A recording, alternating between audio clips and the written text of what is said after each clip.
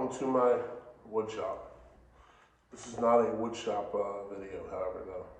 I just happen to be in my wood shop because this is kind of the place that I'm comfortable when I'm in my house. You know, I do a lot of work out here in the evenings after I come home from my real job of construction.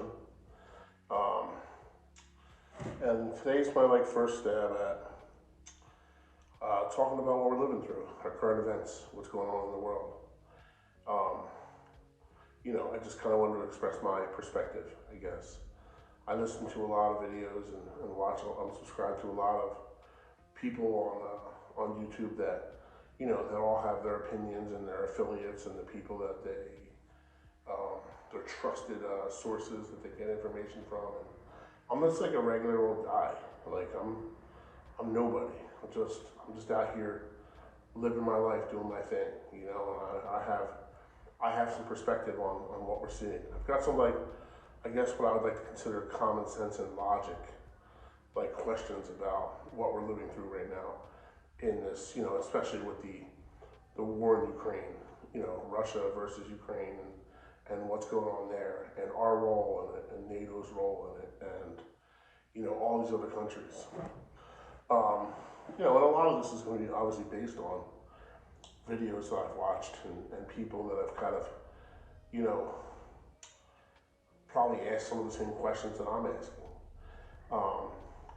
I'm not here to rip off their questions or what their perspective was. I'm just here to put it out there even further because I feel like that's the issue with all this stuff that we're talking about, all the stuff that we're going through.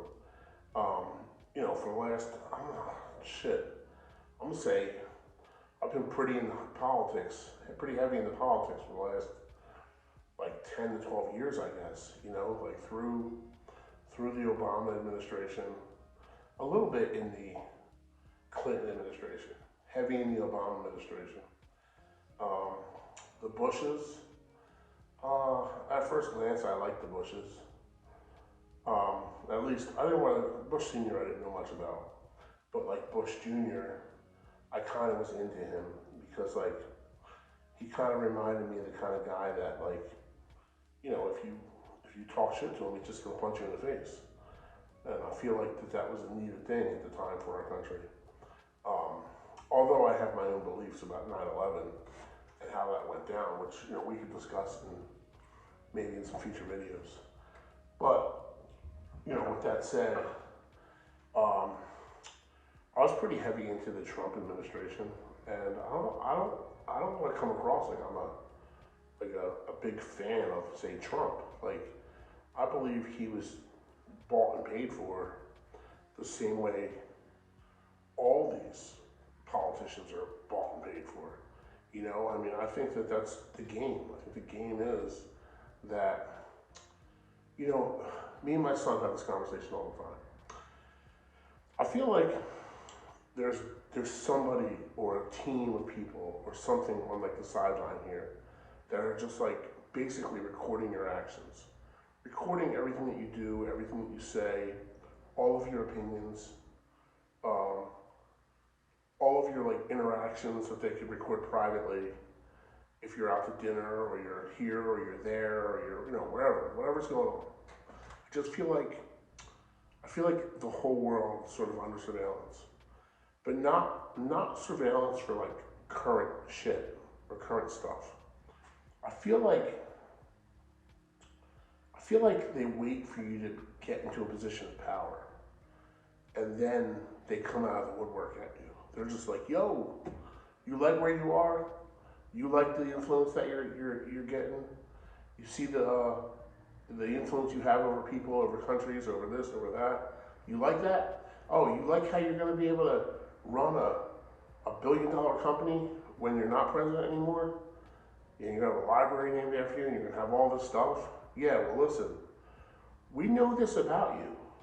We actually have you on video saying this thing and expressing this opinion and using this word and whatever else, man. It's like cancel culture. And they come at you with that, and you're just kind of broadsided, oh shit, here we go.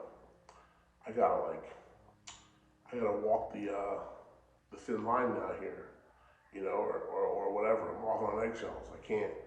I gotta do what they say. I can't rub anybody the wrong way, or it's gonna be a big problem for me.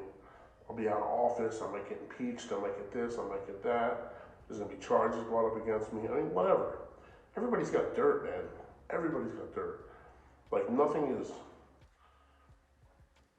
like like everything that's ever been done, somebody knows about. Like there's nothing that's like a real legitimate secret, I would think.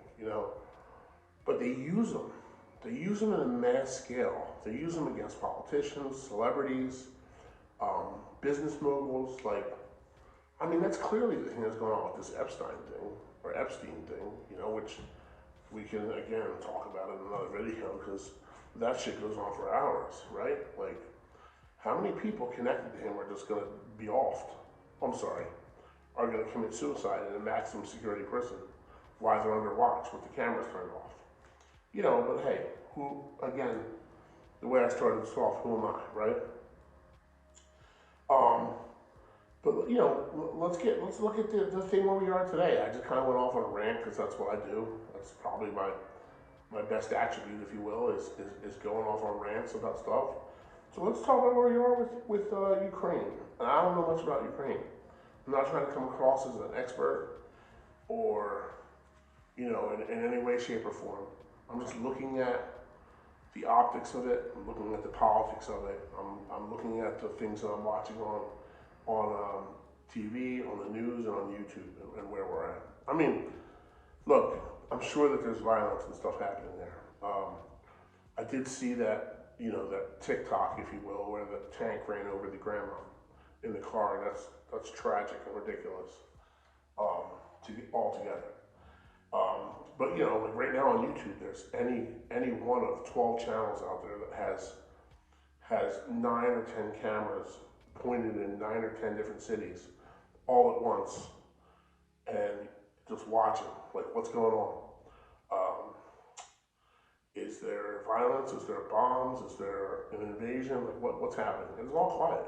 It's all quiet on all these videos. So, but you get off of it and you're getting clips from the news, mainstream media, ABC, CNN, MSNBC, all them. Yeah, they got affiliates over there, and they're right in the middle of the action, as they always are, right? They're like, I saw one dude in an interview last night stop the interview so he could put a helmet on. Like he was that threatened at that point that he had to stop the interview to put a helmet on. It reminds me though, like of here in America, when we have these big storms, these big nor'easters come through, or hurricanes, or tornadoes, or we have a pretty hectic storm system, thing happening here right now. And you'll see like some dude standing in like waist deep water holding on to a stop sign so he's not blown away because the winds are 140 miles an hour and it's raining sideways on him, and he's just like, I'm trying, I'm doing my best, I'm talking, I'm down here in Louisiana and we're doing what we can to report and help get people to safety. And then meanwhile, like in the background, you see like a Verizon truck pull up and like 2 dudes in t-shirts and jeans jump out in the drizzle. And they're just like walking around. And it's like, seriously, like this is our news, this is our media, this is our trusted media, this is the thing that we're supposed to watch on TV nightly and like get our information from. I mean, the propaganda is ridiculous, is what it is. It's all propaganda. Again, I can't speak tonight, I can't speak intelligently about this. I know about it, I've heard about it several times. I know that there was a law that was passed, I believe in the 80s or 90s, that the government allowed the media, or vice versa, the government was allowed to use propaganda for the first time against its own citizenry. And like that was a turning point in America, I think. Like when when you're watching CNN and they're like laying out like this worst case scenario of all these things that are going on, and like then you realize that they're full of shit, that none of this is happening, or that it's not near as bad as they said. But you know, the government is using the media because they need the support of the citizenry to do the things that they're doing, or there'll be a big uprising, which, in my opinion, there should be a big uprising. We should have already had a big uprising, honestly. You know, like after this whole COVID debacle and what we're dealing with. I mean, you know, what do you got going on here with COVID right now? Another thing that we could go on for hours about. But you got COVID just like abruptly ended. Like seriously, in the UK, my dude almost got thrown out as the prime minister. He almost got thrown out as the prime minister, and over having parties when the Queen's husband died. And his immediate response to that, like literally the next day or 2 days later, was to end all COVID restrictions. And you go, and nobody was like, yo, why is that? Why would you do that? Makes perfect sense. You win over the public. That day, that action, you end all COVID restrictions. All of a sudden, everything that everybody's been mad about for the last 2 years ended, and people are like, yo, my man Boris Johnson did this for us. And bang, good graces. No one's voting him out. No matter what the rest of Parliament thinks of him, they're not getting rid of him. You know, they kept him. And he's there. And he's making moves now. You know, he's like, nothing changed about his behavior. Nothing changed about the party that he had when whatever the hell his name was, the Queen's husband died. That all happened. It doesn't make him any less of a scumbag that he would host a party, you know, in that time of mourning. But like the people are blind and I guess on some level stupid that they just accept this as a solution. Okay, we're gonna forgive you because you let us off of wearing masks now when I go to the store. I mean, it's amazing to me that this stuff goes down the way that it does, you know? All right, so that's where I'm at. I'm at 12 minutes right now. That's a long rant. That's a long rant for like, you know, and I could do this all night. I'm gonna do more of these, so. All right, so where are we? We're in Ukraine. We're at war. Well, we're not at war. We're sanctioning Putin though. We're like, I don't even know what that means. They say that shit all the time. They use that like it's a slap on the wrist, I think. We're sitting here and that's all we hear on our news all the time is the US just slapped more sanctions on Putin. Now we're sanctioning Putin's personal assets and Lavrov's personal assets. I don't know what that means. Does that mean that they can't go to the bank and take money out? Maybe. Does that mean they can't buy and sell and trade stocks? Probably. I have no idea, you know? I don't know what it means to be sanctioned. But like, do you think that somebody who's like a billionaire been running a country for 20 some years is sitting at home reliant on his MAC card, on his debit card, or his credit cards? You think my dude doesn't probably have like 1 ton of gold in his house and like, you know, $100 million in American cash, I'm sure, like sitting there? Like, think about it. The president that left Afghanistan when we did our withdrawal. And again, we can talk about that. We'll go into that in another video. But like the president of Afghanistan, when he left, they said my dude left in like with several duffel bags of American money. Like that's what he was like. I don't even know where he got the money from. Number one, us, I guess. But like that's what he was concerned about. He was like, they didn't say like the dude fled the country with his grandchildren and his wife and his grandmother or anything like that. They were like, no, my dude dropped everything and left the country with duffel bags of American cash. And that's the end. That's it. Nobody's heard from him again, you know? He just literally abandoned his country with $200 million or whatever, and no one has asked a question about him since. No one's like, yo, where is this leader of this country? When he left, where did he go? Why is nobody bringing him to justice? Why is nobody holding him accountable? You're like, what's going on? I know the reason for that. It's because we set that shit in motion. We did all that. We're responsible.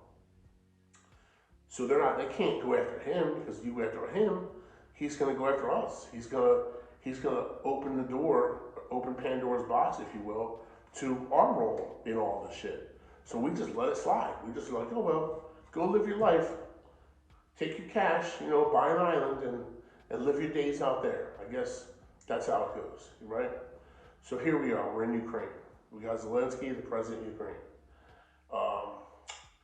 He's our president. He's the guy that we put in office.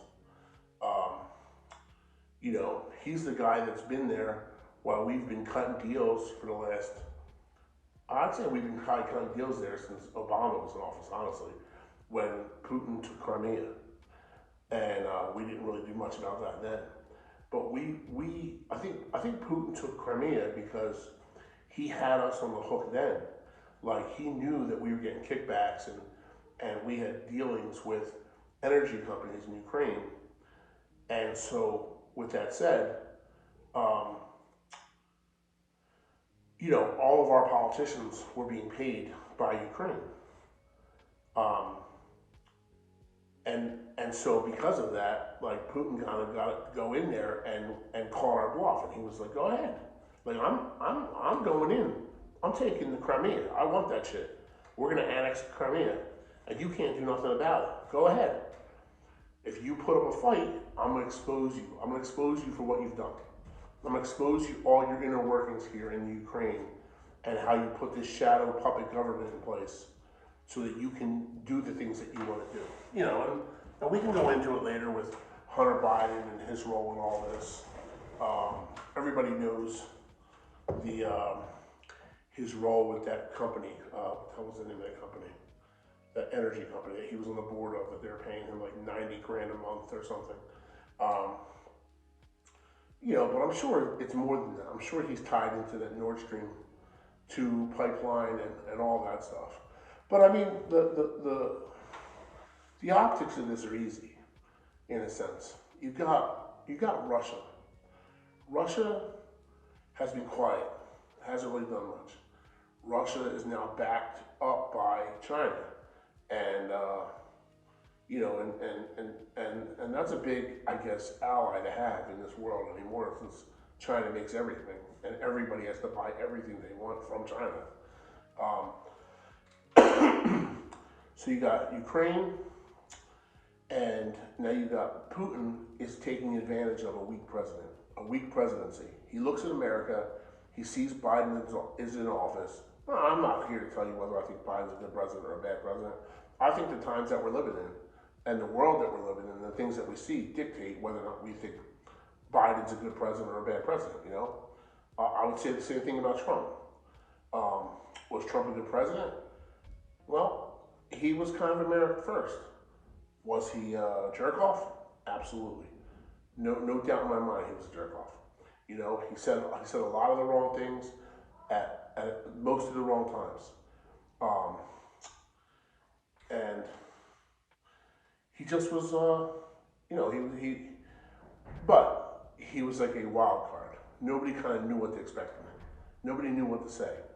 Sorry, I hope we can, hopefully with this said, my son will edit this and cut this up, and you'll never see this part of the video. But as I was just talking about Ukraine and where we are, you got Putin was quiet. Putin didn't do anything with Ukraine the whole time Trump was in office.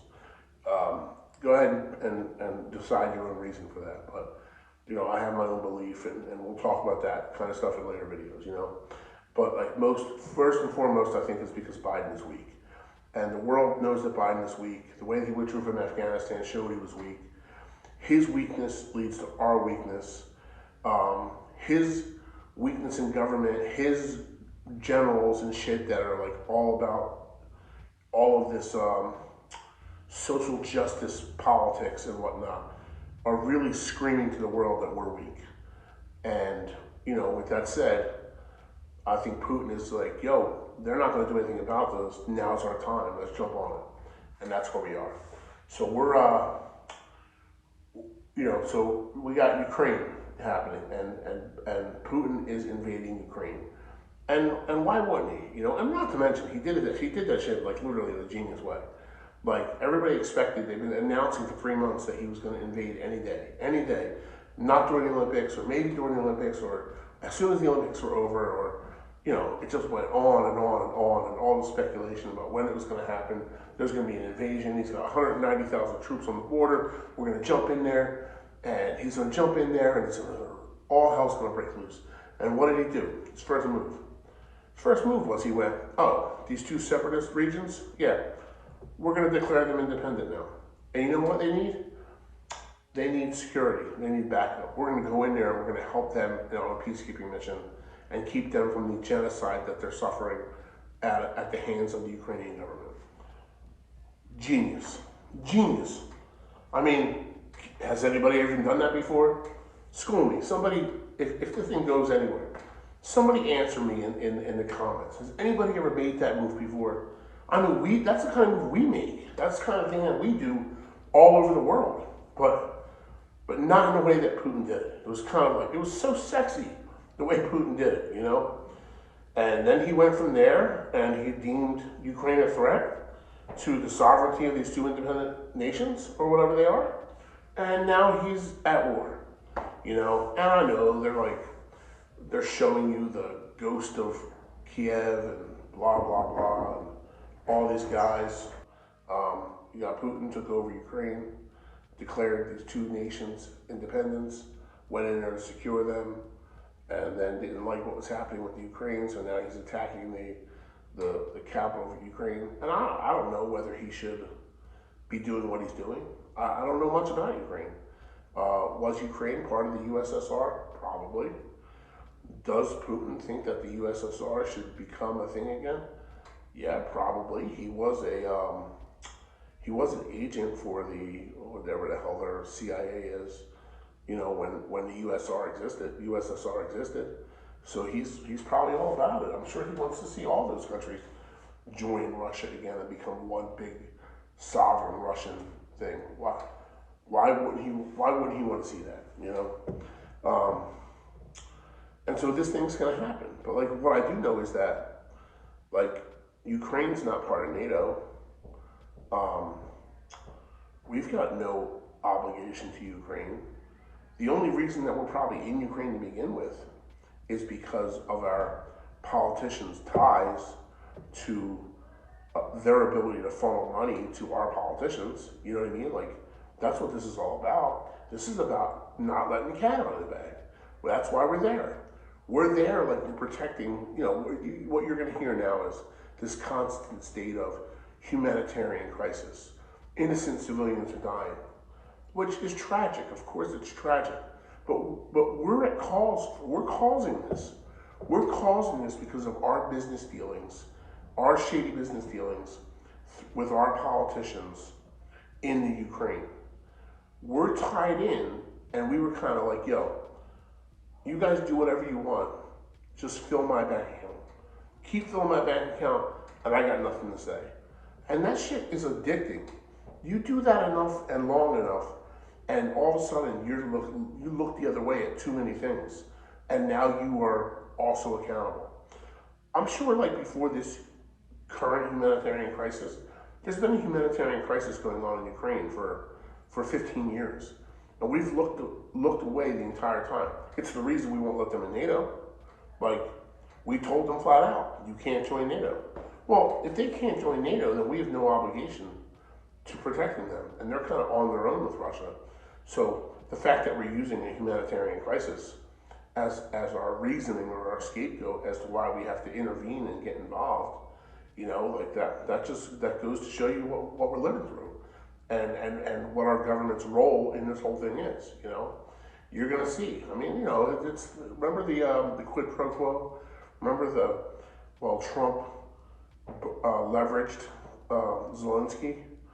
And then that moment, every news program and every underground news network in the world showed Biden on the stage in Ukraine, leveraging the Ukrainian government to fire the prosecutor, or they're not going to get $1 billion in loan guarantees.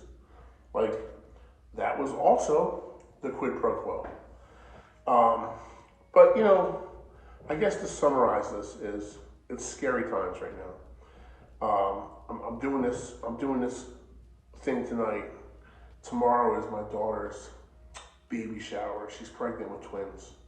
You know what I mean? And it's like, it's sweet. I love babies, and I'm excited to have kids coming into the world. You know, part of my family. But at the same time, this whole scenario is scary.